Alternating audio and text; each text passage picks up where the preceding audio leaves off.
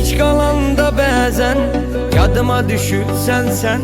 Dərdimi təkliyinə bölüb elə rahat oluram.